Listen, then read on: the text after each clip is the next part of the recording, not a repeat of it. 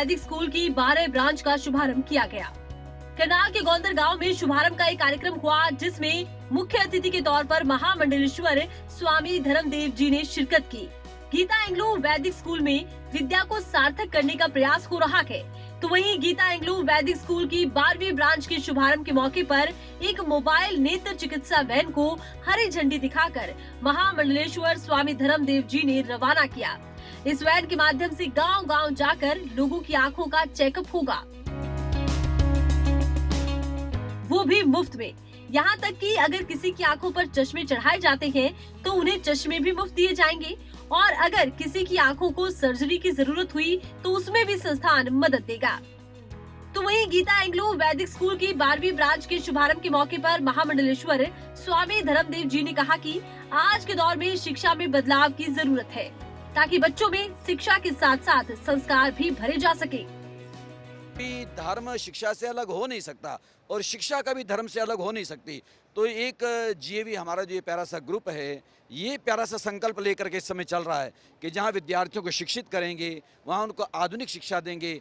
आज वर्तमान समय में जैसे हम देख रहे हैं, आज देश नहीं केवल दुनिया, केवल मैं देश की बात नहीं करता भारत की, भारत तो अग्रणी भूमिका हर जगह निभाता है, लेकिन दुनिया बड़ी तेज़ी से आगे बढ़ रही है, बड़ी तीव्र गति से आगे बढ़ रही है। तो आज हमारे यहाँ भी भारत देश में, भारत में फिर हरियाणा प्रदेश है, हरियाणा में इस समय बिल्कुल पूरी तरह से ग्रामीण अंचल जैसे होता है, वो गोंदर गांव में हम लोग खड़े हुए हैं करनाल जिले के। और यहाँ पर इस ग्रामीण अंचल में, इस ग्रामीण क्षेत्र में हमारा यहाँ का पढ़ा हुआ विद्यार्थी उस रफ्तार में उनके साथ कदम से कदम मिला के आगे बढ़ सके, वो सोच लेकर के जीएवी ग्रुप चला है। वहीं गीता एंग्लो वैदिक स्कूल के चेयरमैन प्रदीप कौशिक और गीता एंग्लो वैदिक स्कूल की डायरेक्टर मनीषा कौशिक ने बताया कि कैसे उनका उद्देश्य शिक्षा में संस्कारों को समाहित करना है।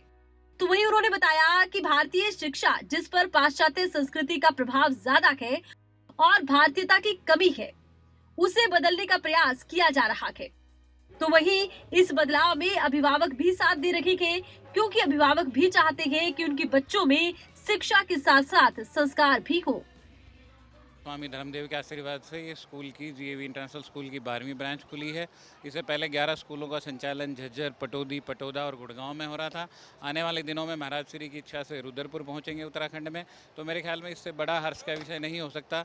रही बात स्कूल और कॉलेज, क्योंकि क्वालिटी एजुकेशन के लिए खोले जाते हैं, तो मेरी लगातार कोशिश ये है, पूरे जीएवी इंटरनेशनल स्कूल्स की मैनेजमेंट की कोशिश ये है कि बच्चों को सर्वांगीण विकास की तरफ ध्यान दें, इंग्लिश में ओवरऑल डेवलपमेंट की ध्यान दें। जहाँ बच्चा पैशन से, प्रोफेशन और अपनी इच्छा से यदि पढ़ाई को चूज करेगा, जो अपनी न्यू एजुकेशन पॉलिसी भी कह रही है, तो मेरे ख्याल से वो दिन दूर नहीं है जब फिर से, जो ये तो नहीं कह रहा कि मैं सोने की चिड़िया, बट हर बच्चे को नासा में या कहीं भी जहां आप इसरो में भेजोगे तो आपको सिलेक्शन की जरूरत नहीं पड़ेगी। हर बच्चा अपनी मर्जी से सारी चीज़ें कर पाएगा।